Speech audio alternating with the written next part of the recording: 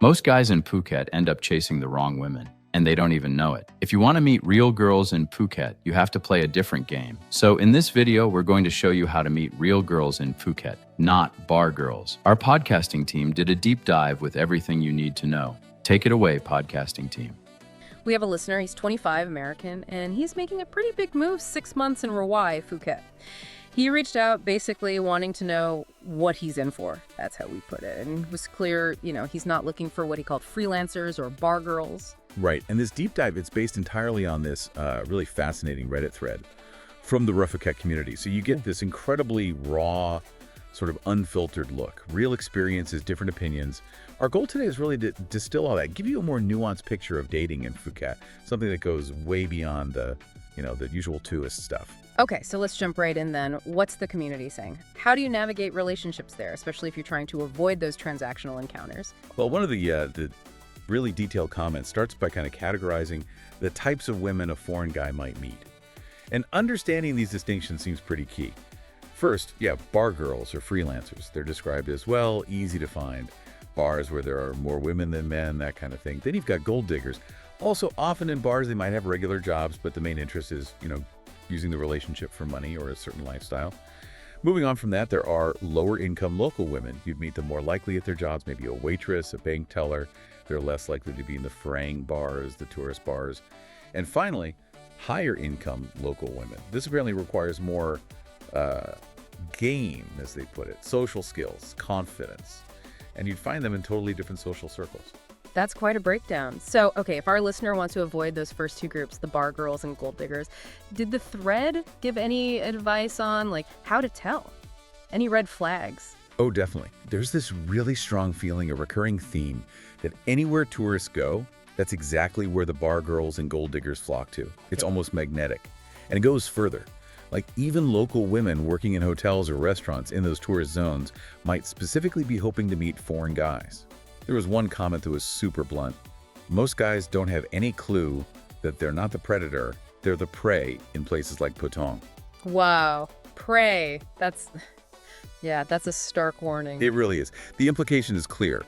In those specific areas, you might be seen first as an opportunity, maybe, rather than just a person. Okay, so that sets the scene for the types of connections. Now let's talk geography. If the goal is normal relationships, what areas did the community say to, maybe focus on or definitely avoid? Yeah, the advice gets super specific here. Areas listed to avoid included Bang Tao, Kamala Phuket, Kata Karon, and interestingly, Rawai. Rawai, but that's where our listener is heading.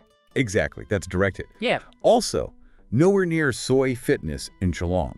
Apparently, it's just packed with foreigners, and the women there have probably met 1,000 jack dudes. The general theme is avoid spots with too many foreigners, or places obviously set up just to attract tourists. So that's a challenge right away for our listener in Hawaii. If your home base is in an avoid zone, how do you even approach that? And besides the big areas, what about actual places? Where did they suggest going to meet people who maybe aren't looking for that transaction?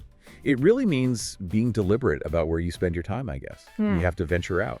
They suggested things like night markets, the ones locals go to, events aimed at locals, also coffee shops in more upper middle class neighborhoods. They gave an example from Bangkok. But the idea holds for Phuket. And this was interesting.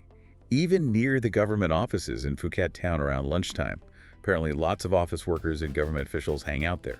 It's about seeking out everyday local life. Okay, that makes sense. But it brings up another big point.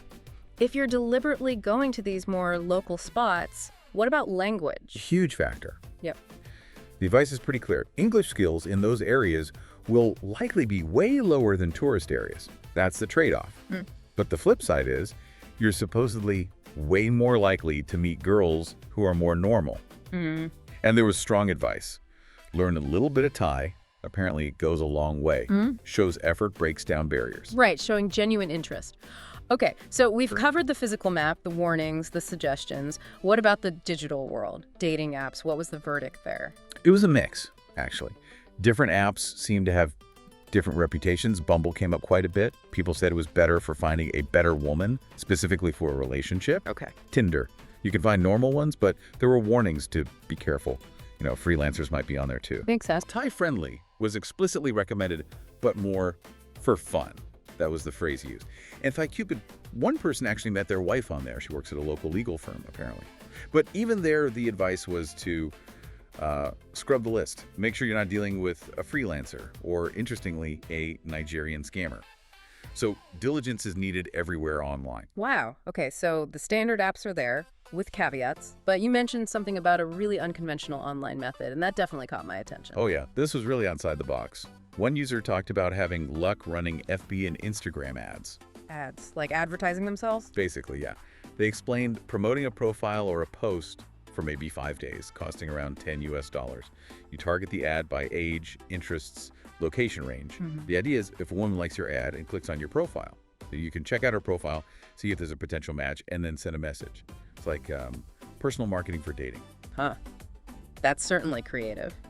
Okay, so beyond locations and apps, it feels like there's a lot more complexity here than just tourist versus local. What other nuances or maybe surprising dynamics came up in the thread? Yeah, several interesting things. First, there were some pretty cynical takes. Yeah. Really quite jaded views. One comment was, it's Thailand, even when I think you got you a good girl, you got you a bar girl freelance. Yeah. And then, home of you never lose your girl, just your spot in line. Pretty harsh. Well, yeah, that's cynical. Another one just said, everybody ends up paying one way or another. This kind of highlights a real challenge there, just figuring out genuine intentions. So for you, our listener, it suggests really needing sharp observation skills, maybe not rushing emotional assumptions, recognizing that transactional element might be subtle sometimes. Good point. What else? Age gaps came up. One guy, 25, mentioned being with a Ukrainian woman who was 10 plus years older, said neither of them had much money. Another person shared that the best and most loving woman in their life was the oldest one they dated. They spent 3 sweet years together. And they pointed out Thailand's median age is 40. It's an older society. So maybe bigger age gaps are just more common or perhaps more accepted than back home. It's context. Interesting cultural context. Anything else? Nationality was mentioned. Some noted it's lots of Russian talent or Eastern girls, suggesting maybe some are just looking for a rich husband or free parties. Lol. One comment, again quite cynical, suggested Phuket's scene had changed, becoming more about transactional encounters with European women specifically, a bit bleak. And then some very direct points. One user just bluntly said, your skin color. That counts as first impressions. Simple as that. But on a more positive note, confidence helps. Being confident and not shy is always good in SE Asia. That seems universal.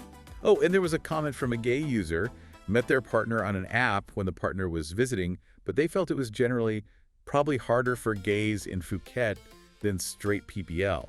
Okay, so pulling all these different threads together, what's the overall picture? Because it sounds like there are conflicting views, right? Some say avoid tourist areas at all costs. Exactly. While another person pushes back saying, the dating scene all over the island is what you make it.